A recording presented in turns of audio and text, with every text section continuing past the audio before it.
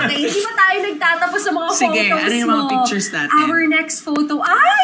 Memorable din! Oo naman! Wow, ayun yun. This is one of the highlights of my career. This was the night I won the Best Supporting Actress in Metro Manila Film Festival for the film Here Comes the Groom. So, hindi ko inaasahan, kaya iyak ako ng iyak sa speech ko. Masasearch nyo yun online. Kasi nga, nung na-nominate ako, I was the first transgender woman nominated in the category that I identify with, which is supporting actress. So, natuwa din ako dahil ako rin yung unang nanalo. So, I think very significant ito para sa mga members ng LGBTQIA+ community because it's precedent for other award-giving bodies and for MMFF na kapag may transgender person, kailangan silang i-nominate o bigyan ng parangal doon sa identity that they identify with. So thank you very much, MMFF, for being open about this thing. I love how accepting the award-giving body is as well, diba? Nanalo na rin si Iya Mina before ng Best Actress in Cinema One Originals. But in MMFF, I think I was the first one. So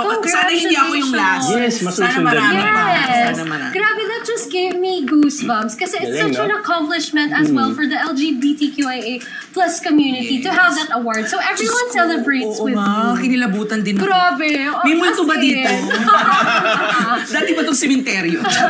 Pero yun, pwede mo ba kaming kwentuhan about your character doon sa Here Comes the Groom? Nakakatuwa yung character ko doon. At the same time, it was very challenging because it's a soul-swapping comedy. So kami ni Enchong D, nagkapalit ng kaluluwa. So ako yung naging lalaki, si Enchong yung naging transgender woman. And trivia ko lang na while we were shooting the film, talagang tulungan kami ni Enchong. Pag may eksena siya, as ako, gagawin ko muna yung eksena para makita niyo kung paano gumalaw, paano ibato yung lines, gano'n. Tapos pag ako naman, as Enchong, gagawin din niya for me. Galing. So, inaral niyo yung isa't isa. Yes, inaral namin yung mga nuances, yung lakad, gano'n. But it was very challenging for me kasi nagkaroon ako ng kissing scene with Miles Ocampo. Siyempre, hindi naman ako malik ng girls. So, ayun. Nag-usap naman kami, we were very game. Siyempre, bilang artista, kailangan mong gawin yung part mo. And yun, kailangan ko magsuot ng panglalaking damit. Hindi ko na yung ginagawa for a long time. So, medyo challenging siya for me. Kasi medyo nakaka-trigger siya ng body dysmorphia. But, dysphoria. But, yun, nagawa ko naman. So, thank you, Lord. Thank you po sa mga producers namin, Direct Chris Martinez and Attorney Georgie Alonso. Grabe. Quantum Films. You have it all. Just nung nagpaulan ng blessing si Lord, pwede bang mag-walk out?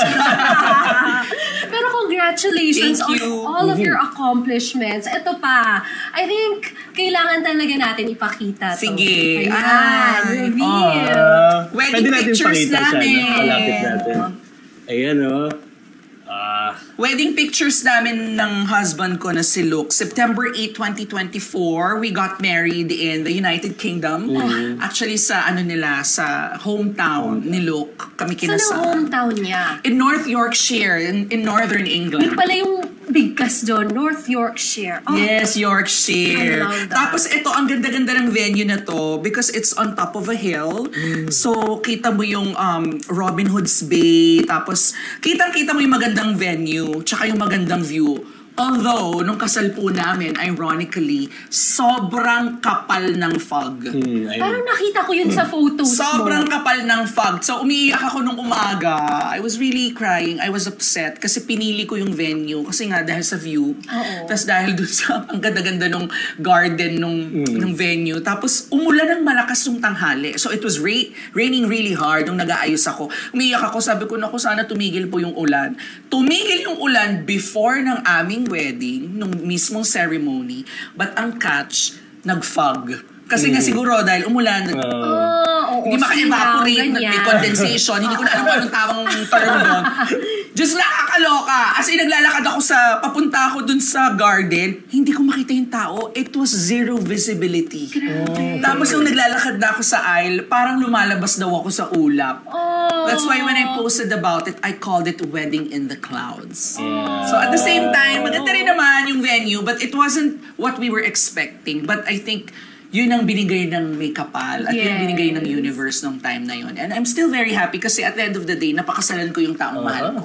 Oo. At ang sweet-sweet nyo, nakikita ko sa stories, pinaglulutuan mo siya. Tanong ko lang, ano bang favorite Filipino food niya? Diyos ko, lahat ng may gata. Ginataang gulay, kalabasa at sitaw. Gusto rin niya ng chicken curry Pilipino. Tapos favorite niya talaga Bicol Express. Ang cute. Baka pwede basta naman may natin gata. magtikim ng- Diyos ko, gusto ko nang lutuan yung nilaga na may gata eh. Bulalong may gata, sisig na may gata. Basta may gata, gusto niya. Pero ang sweet, no? Despite how busy you are, napaglulutuan mo pa din ang iyong hubby. Siyempre, alam mo magutom siya. Di ba? Huwag naman. Kumikita ako ng pera, gutom yung asawa ko. Pero Hindi galing, naman ikaw maganda. talaga nagluluto. Nagluluto ako tsaka nagluluto din siya kasi wala kaming kasama sa bahay. Trivia lang wala kaming house help. Talaga? Wala rin akong PA. Galing. For almost a decade na in showbiz, hindi ako nag-PA. Ang galing. Grabe. Ako lang lahat. Na make-up, ikaw. Makeup ako, pero may hairstylist ako matagal na, si Darwin Sinier. But I am being helped by our management team. I'm with Star Magic and Creative din. So, may road managers ako, si Mama France at saka si Ate Char. Lagi Hello, kong kasama. Mars France, na nandito ngayon. Oo! Shoutout sa'yo. Ang dami ng hawak na beauty queens niyan. Totoo. He's a queen maker, sabi niya. Yes, and also a pageant vlogger, di ba? Sasalang ka na daw niya. Ay! Ikaw na next. Ano ba? Charot. Support yan sa... Correct.